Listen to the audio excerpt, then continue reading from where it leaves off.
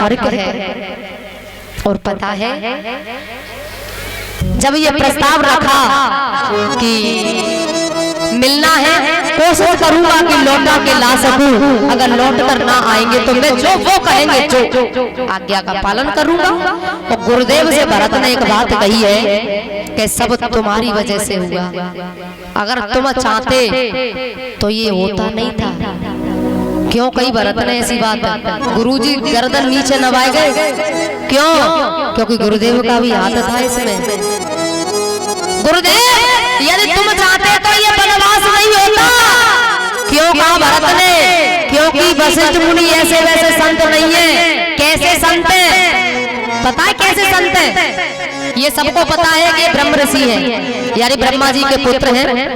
जब ये ब्रह्मा जी जब ये तपस्या करने जा रहे हैं तो ब्रह्मा जी ने कही कहाँ जा रहे हो? बोले साधना करने। क्यों? अरे बोले भगवान को पाना है। तो ब्रह्मा जी ने कहा कि भगवान को यही ला दूं तो बोले और ज्यादा बढ़िया, लेकिन अब ही नहीं तो बोले त्रेता में तुम भगवान के कुल गुरु बनोगे। तो वशिष्ठ मुनि ने सोची त्रेता,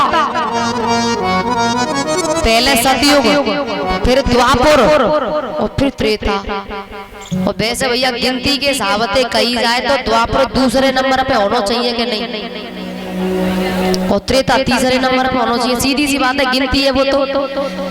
बोले लंबा समय मैं नहीं रुकूंगा, त्रेता बहुत दिनों में आएगा, क्योंकि अभी सतयुग है, फिर द्वापर आएगा, फिर त्रेता, मैं जा रहा हूँ। ब्रह्मा जी बोले तो फिर क्या करें? बोले एक उपाय है। क्या?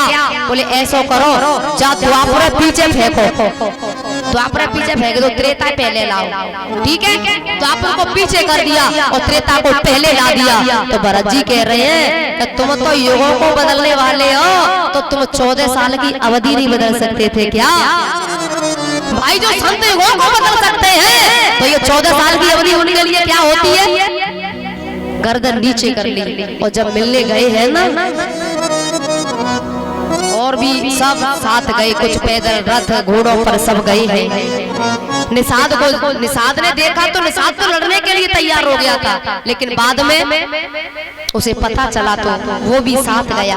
और पता है भैया त्रिवेणी संगम पर भरद्वाज जी के यहाँ जब भरत जी पहुंचे हैं तो पता है भरद्वाज जी क्या कह रहे हैं? भरत तात भरत तुम सब विद साधु। क्यों ये बात कही भरद्वाज जी ने? क्योंकि भरत मैं तुम्हें आंखों देखी बात, जो मेरे सामने की घटना है वो मैं तुम्हें सुनाता हूँ। भरत, राम जो तुमसे प्रेम करते हैं वो शायद किसी से नहीं करते। भरद्वाज जी कह रहे हैं भरत मेरे आंखों देखी घटना, जब त्रिवेणी संगम पर भगवान स्नान करने आए और वहाँ पंडा विधि विधान से स्नान कर रहे, और पंडाओं ने ब्राह्मणों ने फूल रखे हाथों पर, और जब कहा भारत वर्षे भरत खंडे, और जैसे ही भारत वर्षे भरत खंडे भरत तेरा नाम आया तो भगवान राम मूर्छित होकर गिर पड़े। भरत जी में मौजूद था बनवासी राम ने वियोग तो सबका सहा, लेकिन भरत वियोग नहीं उनसे सहा गया। आओ एक भाव तुम्हें भैरव बताए आज,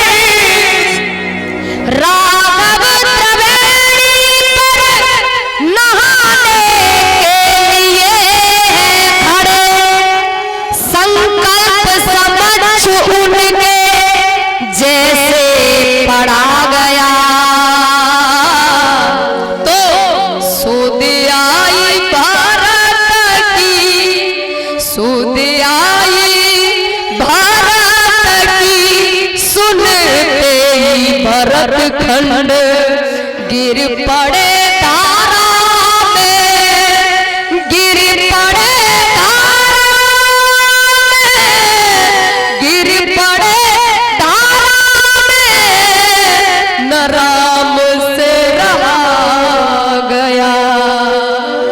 भरत, मैं उस दृश्य को देख रहा था, जैसे ही नाम आया तो भगवान मूर्छित हो गए, और जब होश आयो तो बोले,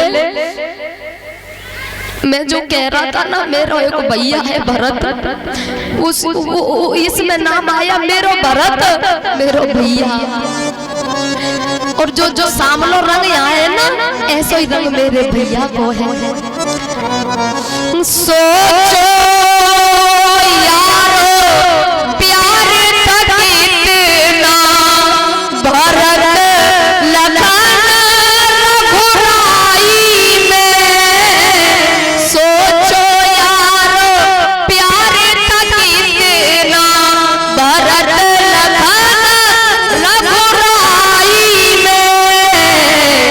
राम करे सा हो जाए दुनिया के हर भाई में, राम करे सा हो जाए दुनिया के हर भाई में।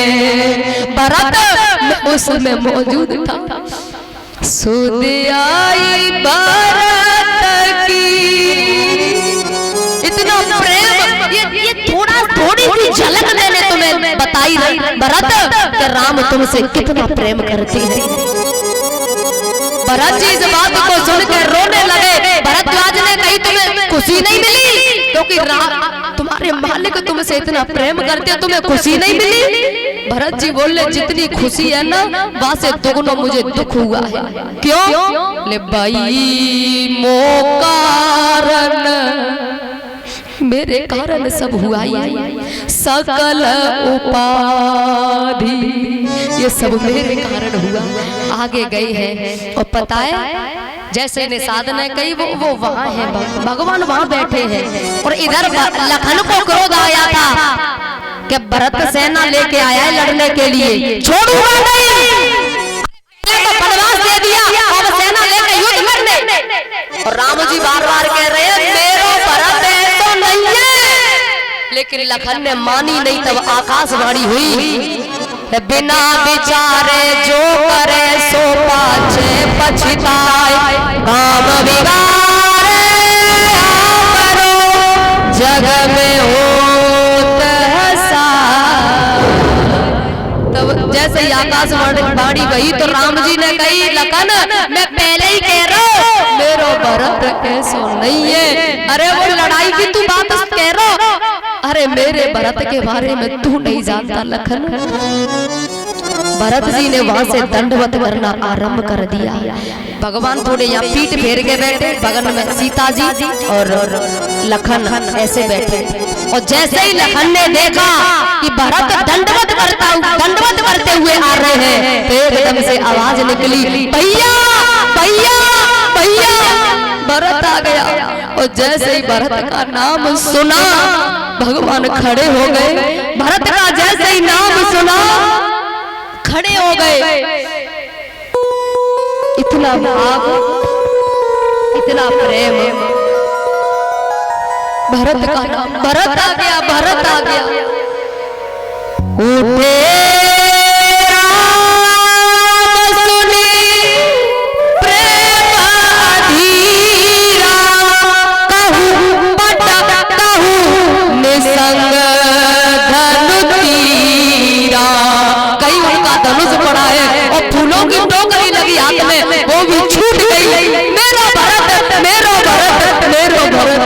मेरा भरत कहते कहते आए। और भरत जी अब ऊपर मोह नहीं कर रहे, भूतल पर लकुट की नाई, लेकिन भरवस लिए उठाए और उठा के गले से लगा लिया और दोनों रोने लग गए।